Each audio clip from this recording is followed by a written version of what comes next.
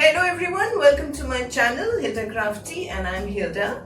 I have collected a lot of thermocol pieces which come as packaging. Thought of using these as base to make planters for today's project. I had recently visited a Jaipur pottery shop and I was completely mesmerized. I especially love the blue and yellow color which they use in their pottery. So I'm going to use these colors and make simple patterns. So let's get started with the video. I've collected these pieces over time and I'm going to use these for the project. Now I'm going to measure 12 centimeters by 8 centimeters.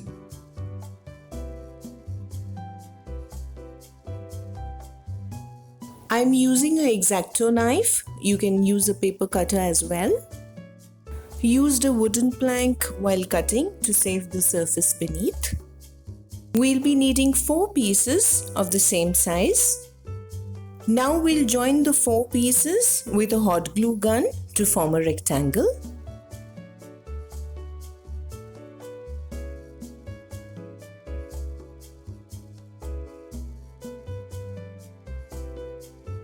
Now we need to cover this from below, so we will measure its size and then cut.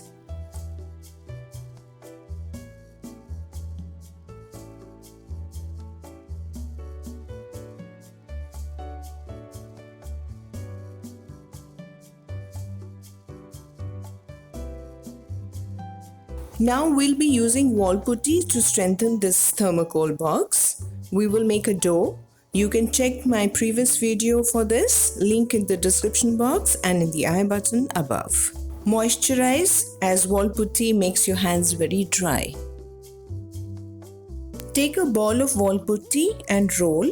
Use a plastic sheet below and talcum powder to avoid sticking.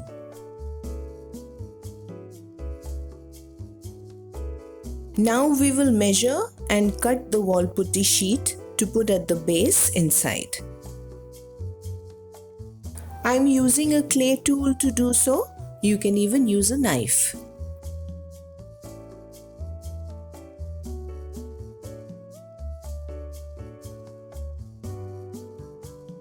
I'm using Fevicol here to stick. You can use any white glue for this purpose. Apply glue very well at the base and then place the sheet and press gently so that it sticks very well.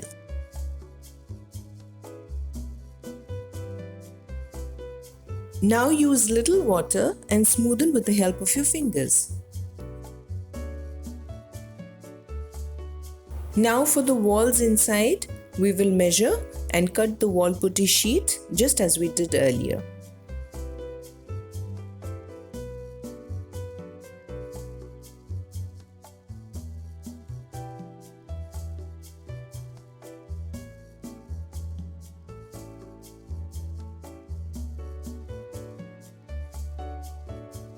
Make sure to smoothen the joint at the bottom very well.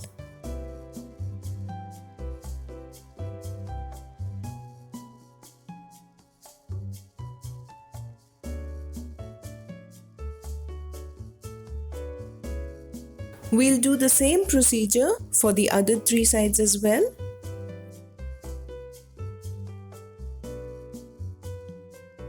Smoothing of wall putty is very important step. Take time to do this very well, as this will give the planter a ceramic look which we are going to achieve in this project.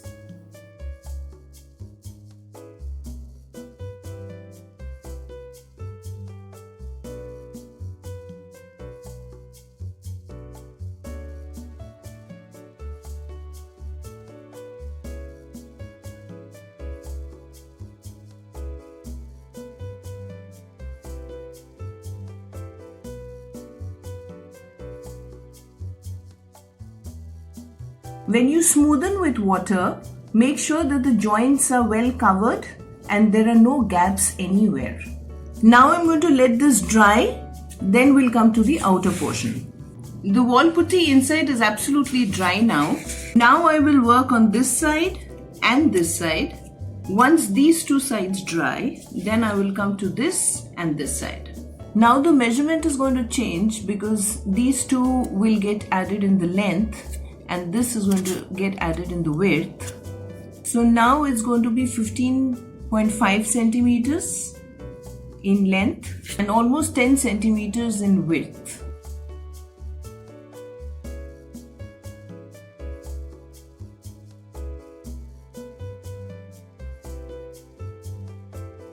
For this side, length is almost around 10 and the width we will take from this wall putty side.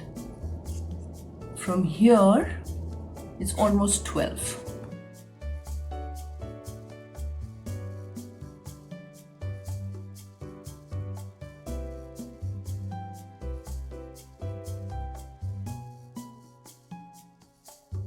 Now these two sides are dry, so I'm coming to these two sides.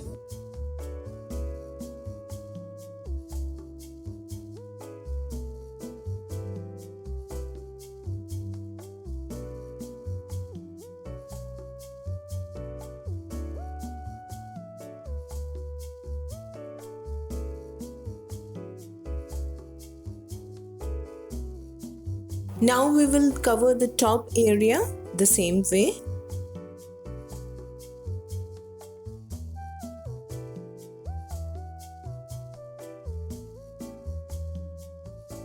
Smoothen very well so that no joints are visible and that it forms part of the whole piece.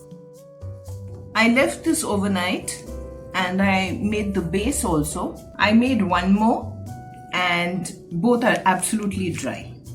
Using sandpaper 180,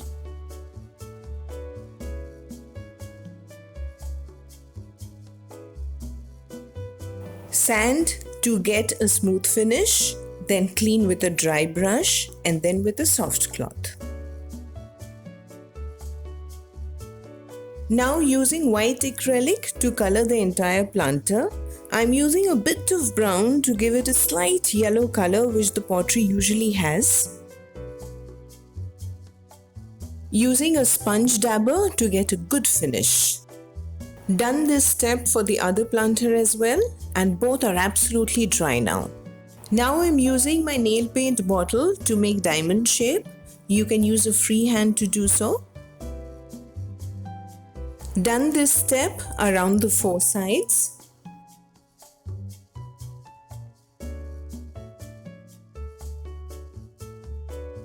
All colors used for this project are mentioned in the description box below. You can watch my other videos on wall putty crafts, link in the description box below and in the I button above. I find coloring so therapeutic that I really enjoyed myself coloring these planters. For the second planter, I am making this simple pattern which is commonly found in Jaipur pottery and which I simply love.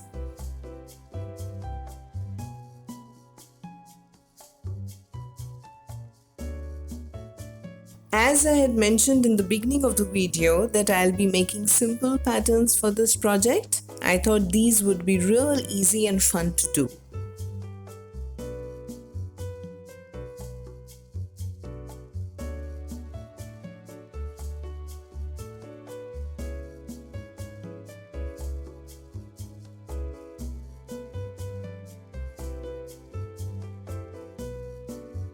For this one, I added two black lines all over. Now I'm going to use gloss varnish on these. Gloss varnish will give us the shine which a ceramic planter has and what we are looking for in this project. Varnish after the color is absolutely dry. You can give 2 or 3 coats, giving time for each coat to dry in between. The varnish is absolutely dry now, and can you see the beautiful shine the gloss varnish has left on the planter? I've cut a piece of plastic sheet to keep at the bottom so that I don't spoil the planter. This is dwarf syngonium and this is pennywort.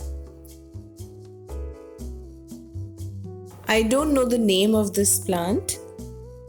I hope through this video, I have inspired you to reuse and repurpose waste, thereby reducing the burden on the environment. So this is what I wanted to show you today. I hope you enjoyed my video. Do like, share, subscribe and press the notification bell so that you're in the loop. I'll come back with another interesting video. Until then, bye-bye, take care, and I love you all.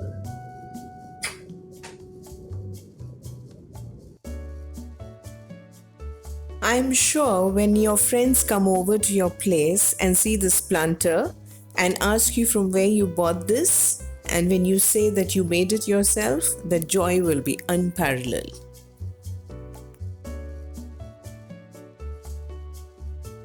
I hope you will try this DIY and do let me know in the comment section below which one you like the most.